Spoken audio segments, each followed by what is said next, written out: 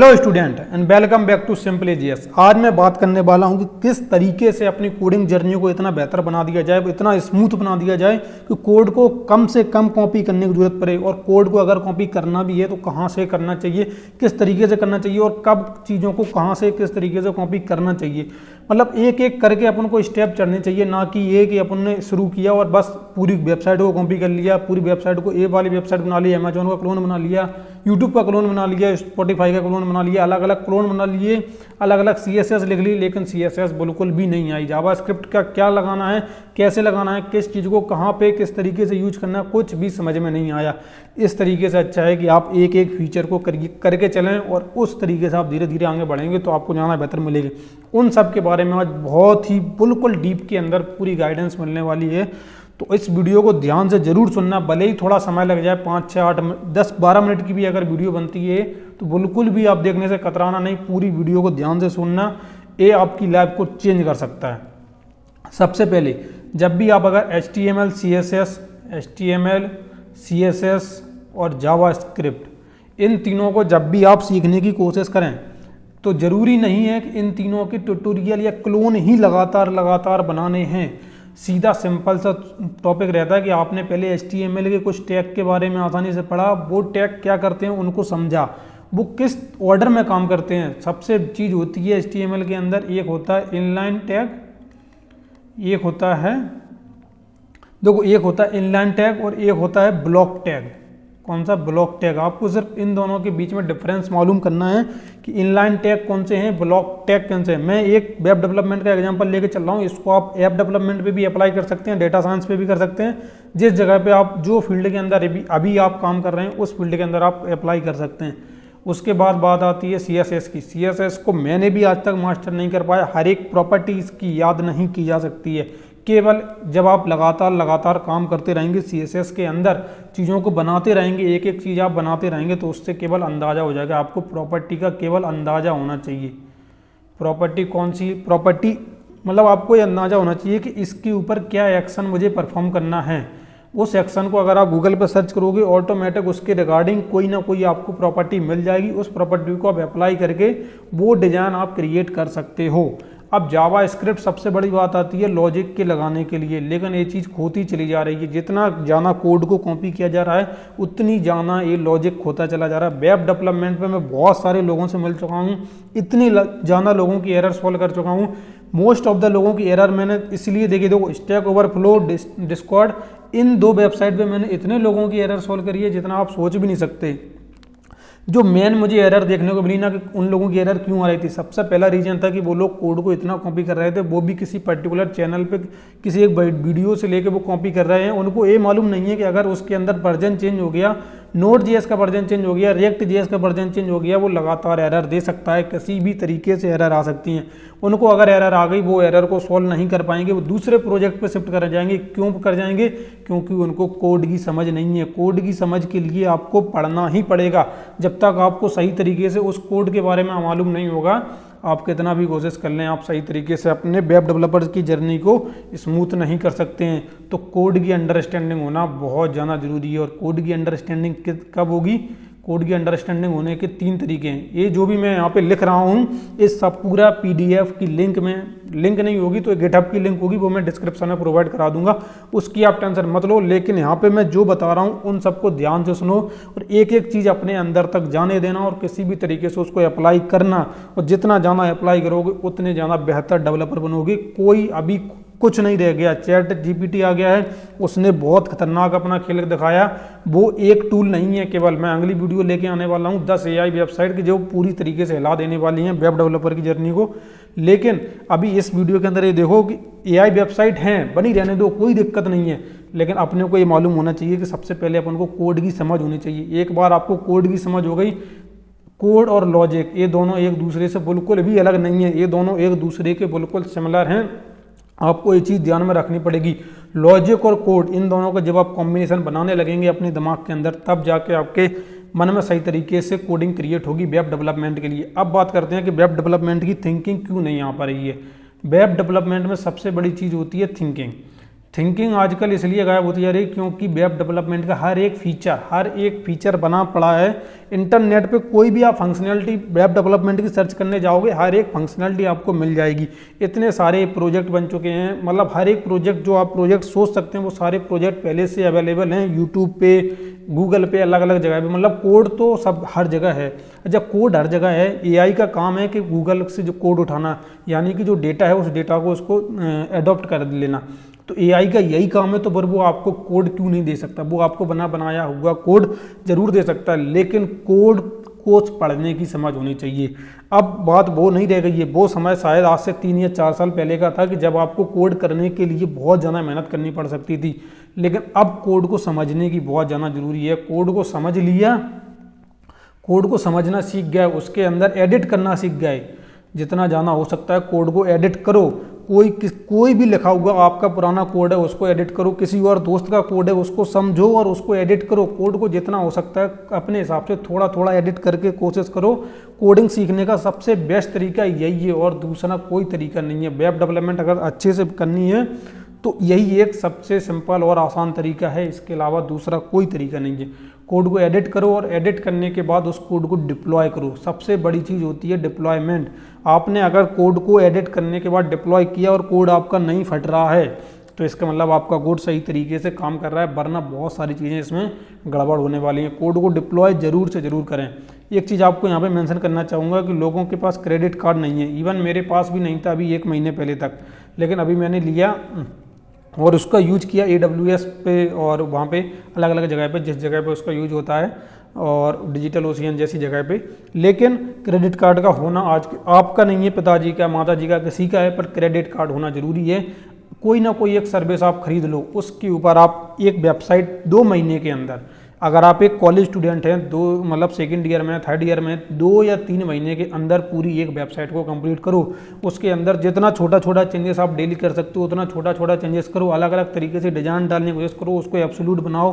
मतलब जितना बेहतर आप कर सकते हो, पहले उसको फ्री में डिप्लॉय करो, अलग अलग वेबसाइट पर डिप्लॉय करो। रेंडर वेबसाइट हो गया, डिप्लॉयमेंट की आपको कुछ वेबसाइट बता देता हूँ। एक रेंडर हो गया, उसका फ्रंट एंड बैक एंड दोनों कर सकते हैं, फुल स्टैक के लिए है। और भी कुछ वेबसाइट है, मैं वो वाली वीडियो लेके आऊँगा कि कहाँ पे कितनी वेबसाइट है जिनके ऊपर अपन फुल स्टैक के प्रोजेक्ट कर सकते हैं, कितनी वेबसाइट है जिन पर फ्रंट एंड के कर सकते हैं। और बर्सल है, बर्सल तो अपन फ्रंट एंड के लिए बहुत फेमस है। इसके बाद नेटलीफाई है, नेटलीफाई, कुछ और भी वेबसाइट हैं, अभी मुझे एकदम से दिमाग में नहीं आ रही हैं। ये मतलब फ्री ऑफ कॉस्ट वाली वेबसाइट है, इन पे जाके आप अपने प्रोजेक्ट को डिप्लॉय कर सकते हैं और अपने प्रोजेक्ट को देख सकते हैं, उसके अंदर रिस्पॉन्सिवनेस जो आपने ऐड करी है उसको देख सकते हैं। ये चीज़ें आप धीरे धीरे समझ में आने लायक हो गई हैं, लोगों को समझ में आने लगी हैं। इसीलिए आज मैं ये वीडियो लेकर आया हूँ कि जिसको आप समझ सकते हैं कि लोग के हाँ कि इसकी कितनी ज़्यादा ज़रूरत है। अब एक लास्ट पॉइंट जिसके बारे में बात कर लेता हूँ, वो है ट्यूटोरियल हेल्प। बहुत ज़्यादा लोग ट्यूटोरियल हेल्प के अंदर, मैंने एक नहीं बहुत ज़्यादा लोगों के ऐसे मैसेज पड़े हुए हैं। जब इंस्टाग्राम पे और डिस्कॉर्ड पे जब मैं करता था कि लोगों ने बोला कि 1 साल से मैं लगा हुआ हूँ, ये वीडियो देख लिया, वो वीडियो देख लिया, मैंने ऐसा कर दिया, वैसा कर दिया, मैंने यहाँ पे ये करना कर दिया, लेकिन कुछ भी नहीं हुआ। मतलब एक प्रोजेक्ट भी नहीं, मतलब एक जॉब भी नहीं मिली उससे, एक 20 से 25 हज़ार की भी अगर मिली भी है तो किसी को 12,000 10,000 की मिली, और फिर वो मतलब वेब डेवलपमेंट का काम उनको करने के लिए नहीं मिल रहा है, टेक सपोर्ट में बैठा दिया गया या कहीं पे और पे बैठा दिया गया। तो वो सारी चीज़ें सही नहीं हैं। अपन को अगर रियल में करना है तो ट्यूटोरियल हेल्प से बचना है तो सबसे पहला तरीका है अपनी खुद की CSS लिखो, राइट योर ओन CSS। जितना जाना है खुद की CSS को लिखो। आप किसी फ्रेमवर्क को पकड़ लो, जरूरी नहीं है उस फ्रेमवर्क को पकड़ लो, उस फ्रेमवर्क को आप उस फ्रेमवर्क के हिसाब से काम करो, उस फ्रेमवर्क के टूल जोड़ो। अगर आप दूसरा तरीका है कि उसका फ्रेमवर्क पकड़ लो, पहले खुद का CSS लिखो, कुछ समय तक लिख लो ना, 15 दिन लिखो, बस 15 दिन के अंदर आप HTML CSS लिखोगे ना, काम हो जाएगा। जाना चाहिए ही नहीं है, बस 15 दिन चाहिए। तीसरी बात, टूल ढूंढो उस फ्रेमवर्क से रिलेटेड। इस फ्रेमवर्क से रिलेटेड जितने भी आपको टूल मिलते हैं, वो चाहे फ्रेमवर्क टेलवाइंड का हो सकता है, मैं टेलवाइंड पे बहुत काम करता हूँ, मुझे मेरा पसंदीदा फेवरेट है टेलवाइंड। लेकिन ये नहीं बोलूँगा कि टेलवाइंड ही अच्छा है, क्योंकि अगर आप बूटस्ट्रैप आपने किया तो बूटस्ट्रैप की आपको कैपेबिलिटी मालूम है कि बहुत ज़्यादा कंपोनेंट प्री बिल्ड टूल इतने सारे हैं बूटस्ट्रैप के लिए जितना टेलवाइंड के लिए भी एग्जिस्टेंस ही नहीं करते हैं। तो लेकिन फिर भी टेलवाइंड बहुत अच्छा है, इसके ऊपर बहुत सारी चीज़ें ऑलरेडी बन चुकी हैं। इसके टूल टूल ढूंढने के बाद इसको एआई के साथ यूज करना सीखो, क्योंकि एआई बहुत ज़्यादा कोड जनरेट करने के काबिल बन चुका है। अब वो बहुत अच्छा कोड क्रिएट कर सकता है। जब आप लिखोगे, उससे कुछ बोलोगे, वो कोड क्रिएट करके देगा।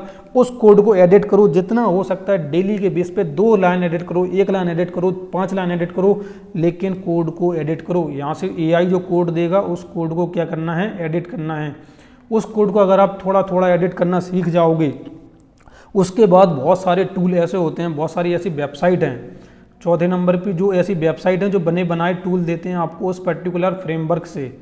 वेबसाइट कंपोनेंट फ्रॉम फ्रेमवर्क, जो भी आप कंपोनेंट पे काम कर रहे हैं, एक कंपोनेंट चुन लो, उस कंपोनेंट के कितने भी फ्रेमवर्क, उस फ्रेमवर्क पे कितने भी कंपोनेंट बने, उस फ्रेमवर्क उस कंपोनेंट को अलग अलग उठा के देखो, उस कंपोनेंट को अप्लाई करके देखो, उसके अंदर थोड़े थोड़े चेंजेस करके देखो, तब जाके आप रियल में एक अच्छे वेब डेवलपर की तरफ जा पाएंगे, एक अच्छे वेब डेवलपर की जर्नी की तरफ जा पाएंगे। देखो, मैं ये नहीं बोलता कि बाकी लोग अच्छे नहीं हैं, उनकी ट्यूटोरियल बेकार हैं। ट्यूटोरियल मैं भी बनाता हूँ, मैं भी प्रोजेक्ट लेके आऊँगा, मैं भी HTML CSS के प्रोजेक्ट लेके आऊँगा, पोर्टफोलियो वेबसाइट लेके आऊँगा। अभी न्यूज ऐप मैंने दिया है, वो भी रिस्पॉन्सिव दिया है, उसके अंदर भी मैंने बहुत सारी चीज़ें की हैं, बहुत सारे मैप फंक्शन को लगाया है। लॉजिक लगाना बहुत ज़्यादा ज़रूरी है। एक बात ज़रूर मैं कहूँगा कि लॉजिक नहीं भूलना, इन सब के बीच में आपको लॉजिक को भूलना ही नहीं है। लॉजिक, जावा स्क्रिप्ट और ऑब्जेक्ट ओरिएंटेड प्रोग्रामिंग, ये 3 चीज़ें आपको अगर अच्छे वेब डेवलपर बनना है, फुल स्टैक डेवलपर की जर्नी पर जाना है, ये ऑब्जेक्ट ओरिएंटेड प्रोग्रामिंग तो मस्ट है। अगर आप डेटाबेस के साथ आगे खेलना चाहते हैं, AWS के साथ जाना चाहते हैं, ये सारी चीज़ें आप करना चाहते हैं, ऑब्जेक्ट ओरिएंटेड प्रोग्रामिंग तो थोड़ी बहुत करनी ही पड़ेगी। AWS के साथ जाना चाहते हैं, फिर तो आपको नेटवर्किंग भी आनी चाहिए। उसके अलावा जो डॉकर का मतलब कोई ना कोई आपको एक टूल आना चाहिए। डॉकर हो गया, डॉकर मतलब बेसिकली जो मुझे आता है डॉकर, इसलिए मैं बात कर रहा हूँ। और लिनक्स को आपको थोड़ा बहुत नॉलेज होना चाहिए। ये सारी चीज़ें मतलब लिनक्स की थोड़ी बहुत कमांड की नॉलेज होगी, काम चल जाएगा। पर अभी ये इतना ज़्यादा डिमांड भी नहीं है कि AWS आपको बहुत ज़्यादा पूछा जाता है, नॉर्मल पूछा जाता है। तो ये सब चीज़ों की आपकी आपको जब आता होगा, तभी आप एक अच्छे वेब डेवलपर बनने की जर्नी पे आप जा पाएंगे। मैंने आपको एक रोड मैप दे दिया बिल्कुल सही तरीके का। ये मैंने कोई रोड मैप नहीं है कि फुल स्टैक डेवलपर का या फ्रंट एंड डेवलपर का, नहीं, ये बिल्कुल रियल वेब डेवलपर बनने का रोड मैप है। ये पूरी PDF आपको मैं डिस्क्रिप्शन में दे दूंगा, लेकिन एक रिक्वेस्ट है कि ध्यान से फॉलो करना। मैंने आपको बोला कि आप CSS लिखो, CSS के ट्यूटोरियल देखना गलती नहीं है। ट्यूटोरियल देखने के बाद उसको कोड को लिख भी लिया आपने, पहले ट्यूटोरियल एक देखा, उसके बाद कोड को लिखा, कोड को आपने देखा, फिर आपने कोड को खुद से लिखा। मतलब थोड़ा टाइम टेकिंग प्रोसेस है, बहुत भयंकर टाइम टेकिंग प्रोसेस है। लेकिन एक वीडियो के ऊपर अगर आपने 4 बार टाइम दे दिया ना, एक ही वीडियो के ऊपर 4 बार टाइम दे दिया, आपको ज़रूरत नहीं पड़ेगी अगले 20 वीडियो देखने की। अगले 20 वीडियो का टाइम वो एक वीडियो आपको बचा लेगा। तो रियलिटी ये है कि कोड एक होता है, लेकिन उसको लिखने के तरीके 20 होते हैं। कोड एक होता है, लिखने के तरीके 20 होते हैं। आप एक कोड को पहले 10 बार लिखोगे तो ऑटोमेटिक आपको समझ में आ जाएगा कि इसके अंदर किससे चेंजेस करने हैं। लेकिन कोड को लिखो, एडिट करो, अलग अलग कोड को एडिट करो। मैंने आपको एक टूल बता दिया, AI के कोड को लो, उसको एडिट करो, AI चेंज कर देगा। वरना मतलब लोग ये बोल रहे हैं ना कि जॉब नहीं जाएगी, मतलब जॉब बच जाएगी कि नहीं बचेगी। ये सारी चीज़ जो कन्फ्यूजन चल रहे हैं, ये सारी चीज़ें जो हो रही हैं, वो कोई मतलब का नहीं है, उसका डिस्कशन कोई मतलब नहीं है। मतलब उसके बारे में क्या बात करो, क्यों बात करो, क्या मतलब है उस चीज़ का, कोई मतलब नहीं है। रियलिटी ये है कि वेब डेवलपर में जॉब उनकी जाएगी जिनको कम आता है, जिनको अच्छा आता है, अच्छे लेवल के लॉजिक क्रिएट करने आते हैं। डिज़ाइन तो आजकल हर एक चीज़, हर एक वेबसाइट है, कितनी सारी ऐसी वेबसाइट है जो बनी बनाई डिज़ाइन देती हैं। कितनी सारी ऐसी वेबसाइट है कि फिग्मा का डिज़ाइन ऑटोमेटिक React.js के कोड में कन्वर्ट कर रही हैं। मतलब इतना सब क्रिएट हो रहा है, कुछ तो बच गया ना। फ्रंट एंड के अंदर केवल लॉजिक बचा है तुम्हारे पास, फ्रंट एंड के अंदर बहुत अच्छी अच्छी डिज़ाइन बनने लगी हैं।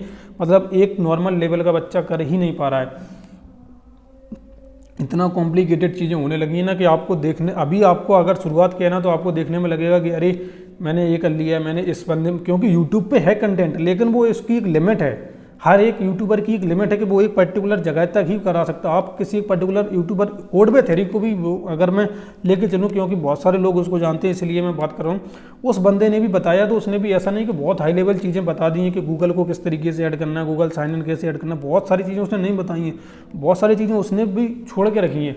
तो मेन बात यह है कि आपको क्या चीज़ करनी है। आपको अगर वेब डेवलपमेंट की जर्नी में जाना है तो इन सब चीज़ों को ध्यान में रखो। कोड को जितना ज़्यादा एडिट करोगे मुझे बहुत गाइडेंस मिलती है। मुझे मतलब आसपास के लोग बहुत ज़्यादा बोलने वाले लोग हैं कि तुम ऐसा कर लो, वैसा कर लो, ये वाली वीडियो बनाया करो, ये वाली वीडियो बहुत चलती हैं, तुम्हारे सब्सक्राइबर नहीं बढ़ रहा है। ये मतलब ऐसे बोलने वाले मेरे पास बहुत ज़्यादा लोग हैं, एक नहीं है, बहुत ज़्यादा है। लेकिन अगर मैं उनकी सुन के उनके प्रकार की अगर वीडियो बनाने लगा तो मैं फिर अपने मन का मर जाऊंगा, समझ रहे हो ना। तो इसीलिए मैं ये वीडियो लेके आया हूँ कि भाई ये मतलब जो मैंने अभी तक किया था ना कि चलो मुझे जॉब ऑफर है मेरे पास है, मैं आ जाऊँगा, मैं 15 दिन के अंदर अगर मैं प्रोजेक्ट फिर से बनाऊँगा तो मैं अपना फिर से अपना पोर्टफोलियो बना के तैयार करके मैं चला जाऊँगा। लेकिन एक रियलिटी ये है कि अब जो प्रोजेक्ट जो पूछे जा रहे हैं, जो तरीके से वो लोग क्वेश्चन पूछते हैं, वो तरीका ही बदल गया है। अब केवल आपको कोड को समझना आना चाहिए, कोड को एडिट करना आना चाहिए। कोई नहीं बोलेगा आपसे कि बिल्कुल शुरू से कोड लिख दो। बने बनाए कंपोनेंट बहुत जगह पड़े हुए हैं, सिर्फ आपको इस प्रकार का कोड चाहिए रहता है कि उनको कि थोड़ा फास्ट तरीके से रन हो, जितना फास्ट हो सकता है उतना फास्ट वो रन हो। तो बस उनको इसी चीज़ की ज़रूरत रहती है। तो इस वीडियो में बस मेरा एम यही था। तो मिलते हैं नेक्स्ट वीडियो में, जब तक के लिए thank you for watching this video, और चैनल को सब्सक्राइब जरूर कर लेना।